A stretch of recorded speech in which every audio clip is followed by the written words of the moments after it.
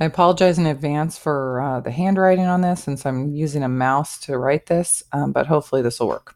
So here's the example of the problem, like homework problem number 2. It's asking you to write an equation based on these ordered pairs. So first thing is, I recommend labeling each of these x and y because these are the x and y coordinates.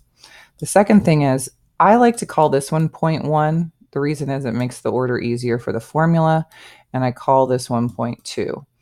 And I recommend you write that. Therefore, this becomes x2, and this is y2, and this one is x1 and y1, because we're going to be using the formula m equals y2 minus y1 over x2 minus x1, because we're trying to find the slope, the m, in the equation y equals mx plus b that I talked about in problem 1. So the first step is we have to find m using this formula. And then the second step, okay, that's going to be step number 1. And the second step is finding the b value of the equation. So we'll do that second. So over here, we're going to plug into this formula. M equals, our y2 right here is 0. So we're going to write 0. Then the formula says minus, minus, and our y1 is 3.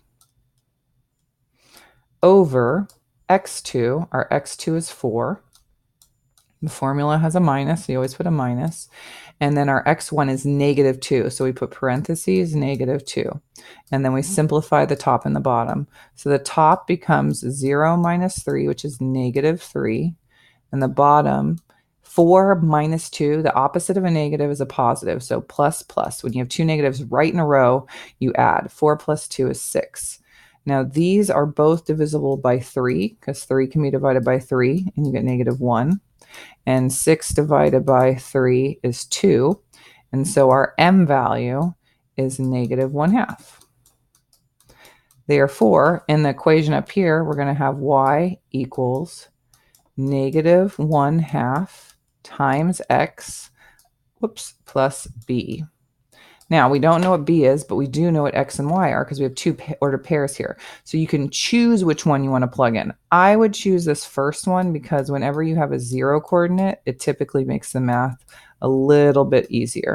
So over here, we have x and y. Don't need the sub 2 anymore. So our y value, so instead of y, we're going to put a 0, equals negative 1/2 times our x value is 4. I'm going to change the 4 into a fraction so I can multiply negative 1/2 times 4. And we're trying to figure out b, so this just stays a b. 4 times 1, we just multiply across, is 4. 2 times 1 is 2, and it's negative, equals 0, plus b. 4 divided by 2 is 2, and it's a negative, plus b equals 0. Now, right now in this equation, if we draw a line through our equals, we have a negative 2 with the b. We want to get this b by itself so we can figure out its value. Therefore, the opposite of this, to get rid of this, we put a plus 2. Because negative 2 plus 2 is 0, so it will go away. But we have to keep it balanced. We have to do whatever we do on one side of the equals to the other. So 0 plus 2 is 2, and therefore b is equal to 2. So in our y equals mx plus b equation, we're going to have y, because you always need a y value. It represents any y coordinate. Our m we found is negative 1/2. We always want to have an x in our equation. It represents any x value that can be plugged in. And then our b is positive 2, so we're going to put plus 2. And this is the answer. This is the equation of the line. Now, to check this, like if you were taking a test or quiz, to check it, you could plug in the other point to make sure it works. So for example, instead of a y, we're doing a check here. You're going to put 3 equals negative 1/2. And instead of an x, in this case, it's a negative 2. And I'm putting negative 2 over 1 to make it a fraction so I can multiply. And our b value is plus 2, so we're checking this. 1 times 2 is 2. 2 times 1 is 2. A negative times a negative is a positive, because the opposite of a negative is a positive. So we're checking to see, does 3 equal 2 divided by 2 plus 2? Well, 2 divided by 2 is 1. 1 plus 2 is 3. And therefore, it works. 3 equals 3. Now, the next one I have, oh, that's the homework one. Here is one for you to try. So please try this, and now I'm going to go through the answer. So I would call this coordinate 2 and this one coordinate 1. Even though you could switch them around, you should get the same answer regardless. So this will be x2, y2, x1, y1. Remember, we're using the formula m equals y2 minus y1 over x2 minus x1.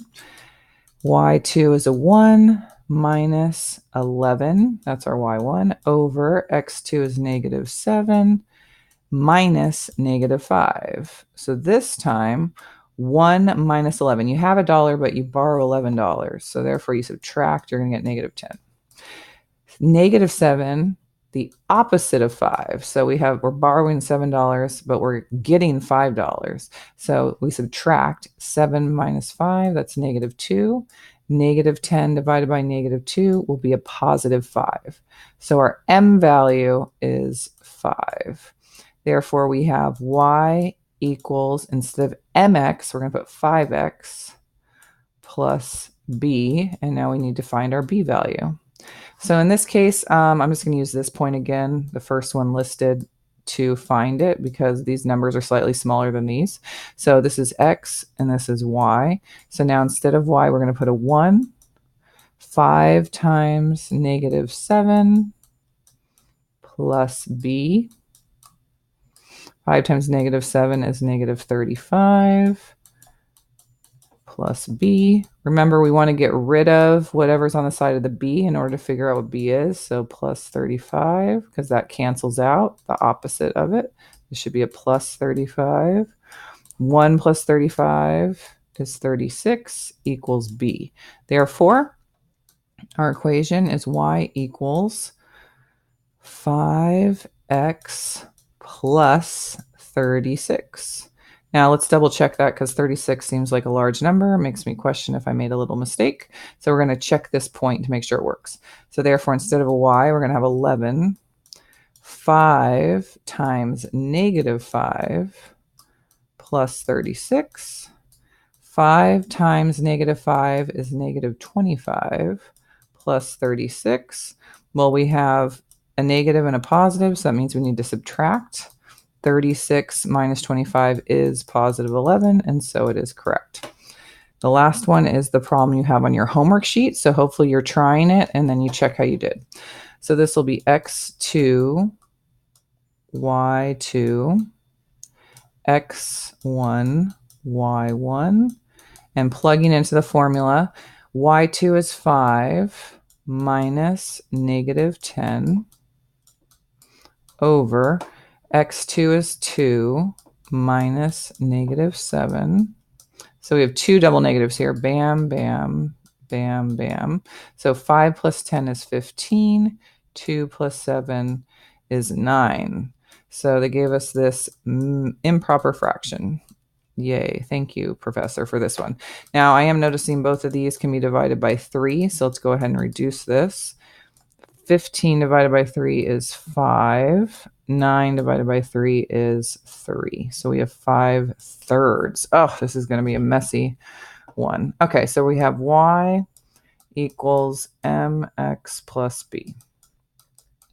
Our m is 5/3. Now, I look at both of these and I say, does any, are either of these x's divisible by 3? So this 3 would cancel out, but they're not. So therefore, I'm going to pick this point because it doesn't have double negatives. Just makes it a little simpler. So instead of an x, we're going to put a 2 over 1. And instead of a y, we're going to put a 5 plus b. So 5 times 2 is 10. 3 times 1 is 3 plus b. And we have this. Now, this is a positive 10/3. Oh, I have 30 more seconds, I think it says. So let's hurry up. So 10 minus 3, 10 over 3, negative on both sides. So 5, I need to change to thirds. To do that, I'm going to multiply by 3. So we're going to have 15/3. If you need an explanation of how to do the fractions, I'll have to do that separate. And then we subtract. 15 minus 10 is 5/3 equals b. So y